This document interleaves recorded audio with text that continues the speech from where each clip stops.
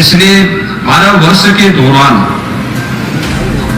जो बातें दुनिया के अंदर देखने को मिली है कि पाकिस्तान और अफगानिस्तान में अभी भी पोलियो से जुड़े हुए मामले देखने को मिले हैं और बीमारी संक्रामक होने के नाते यह इसका खतरा लगातार बना रह सकता है। इसलिए जब तक कि पूरी दुनिया से इसका पूरी तरह उन्मूलन नहीं हो जाता है तब तक इस सतर्कता के लिए हमें न केवल वर्तमान को बल्कि भावी पीढ़ी को भी बचाने की दिशा में एक सार्थक प्रयास करना होगा और पल्स पोलियो अभियान उसी का हिस्सा है। हम सब इस बारे में ध्यान में रखते हैं कि सामूहिकता पर कितनी ताकत होती है।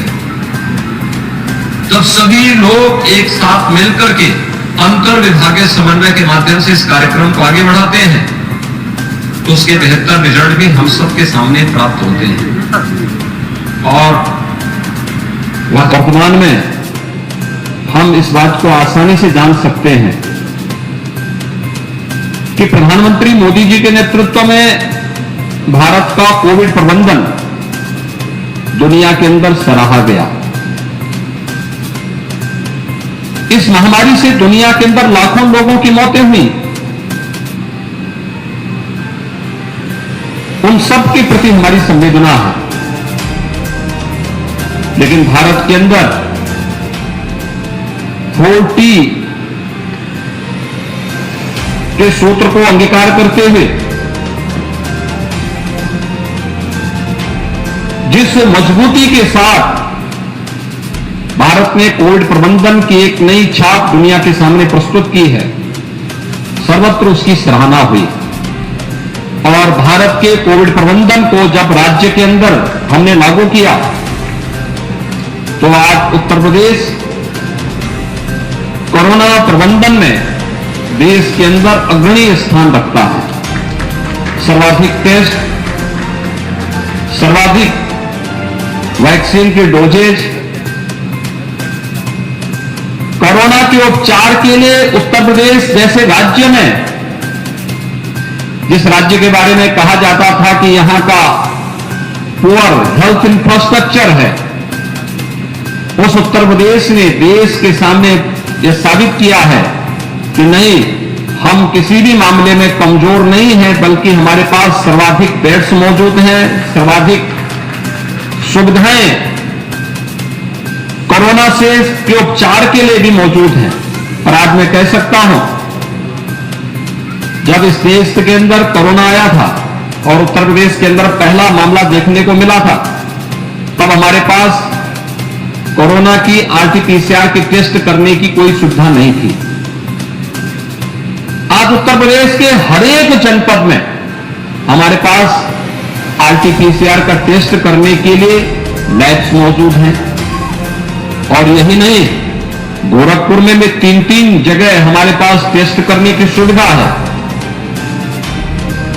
इसके साथ साथ 4 लाख टेस्ट करने की क्षमता आज के दिन पर प्रतिदिन उत्तर प्रदेश के अंदर मौजूद है। यानी मार्च 2020 में हमारे पास एक भी टेस्ट करने की क्षमता नहीं थी, लेकिन उत्तरोत्तर इसमें हम लोगों ने प्रगति की और आज के दिन पर 4 लाख टेस्ट प्रतिदिन करने की क्षमता अकेले उत्तर प्रदेश देश के अंदर रखता है। सर्वाधिक बेड्स हमारे पास मौजूद हैं। जब हम लोगों ने उत्तर प्रदेश के अंदर कोविड प्रबंधन के कार्य को आगे बढ़ाया, 36 जिले हमारे ऐसे थे जहां पर एक भी वेंटिलेटर हमारे पास नहीं था।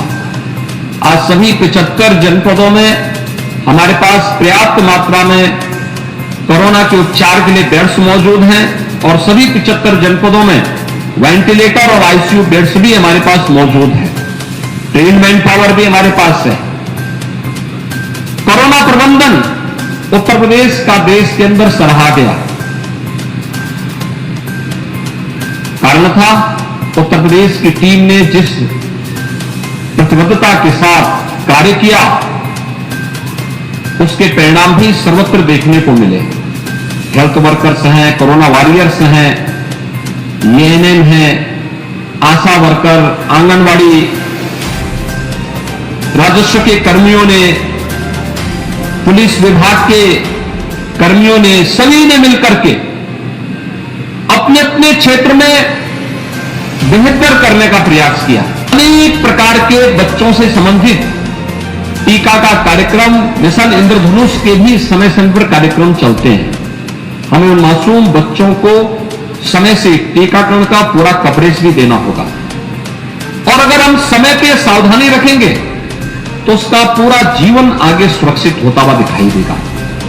ये हमारी न केवल एक उस बच्चे का अधिकार है, बल्कि ये हमारा व्यक्तिगत दायित्व भी बनता है कि हम अपने उत्तरदायित्व का निर्वहन करते हुए हर एक बच्चे को स्वस्थ रखें, प्रसन्नचित्त रखें, और देश के स्वस्थ एक भारत के इस अभियान को आगे बढ़ाने में हम लोग इस कार्यक्रम के माध्यम से और मजबूती के साथ आगे बढ़ सकें। आज के इस अवसर पर मेरी सभी धर्मगुरुओं से भी, समाज के जागरूक नागरिकों से भी, जनप्रतिनिधियों से भी मेरी अपील होगी कि वे पल्स पोलियो के इस अभियान को मजबूती के साथ आगे बढ़ाने में अपना योगदान देंगे।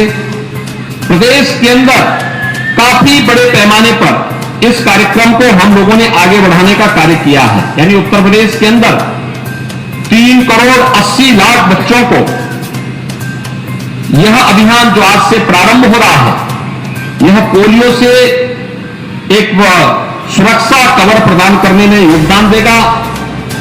इसके लिए हम लोगों ने 1,10,000 पोलियो बूथ बनाए हैं और 76,000 से अधिक हमारी सचल टीमें भी इस दिशा में कार्य करेंगी।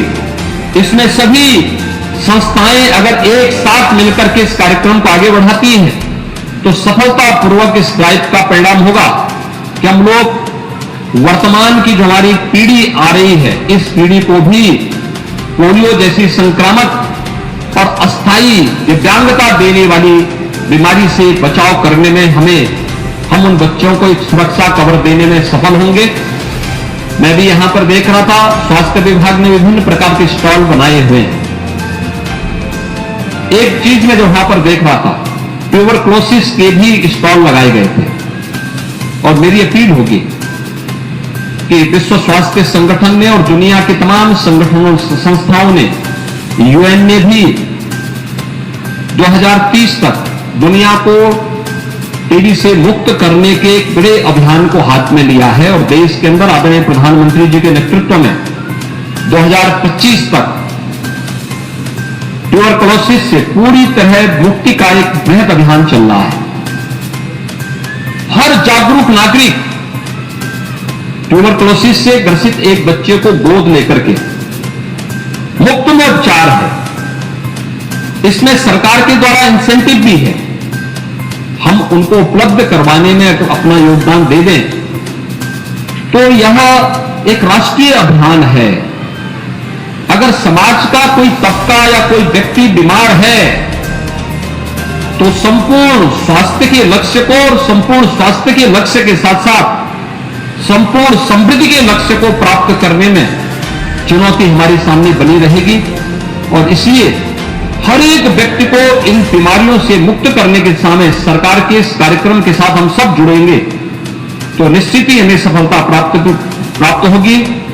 स्वस्थ भारत अभियान वास्तव में सशक्त भारत अभियान का हिस्सा है, और इस सशक्त भारत के निर्माण के लिए हर बच्चे को और हर नागरिक को स्वस्थ रखने में हम सब अपना योगदान देंगे। इस विश्वास के साथ मैं पल्स पोलियो अभियान के शुभारंभ के अवसर पर एक बार फिर से आप सबका आह्वान करूंगा कि हमारे मीडिया के प्रतिनिधि भी हैं, समाज के जागरूक नागरिक भी हैं, और विभिन्न तबके से जुड़े हुए जो हमारे अलग अलग तबके के नेतृत्व करता है, वे सभी लोग इस अभियान को व्यापक पैमाने पर प्रसारित करने में अपना योगदान देंगे।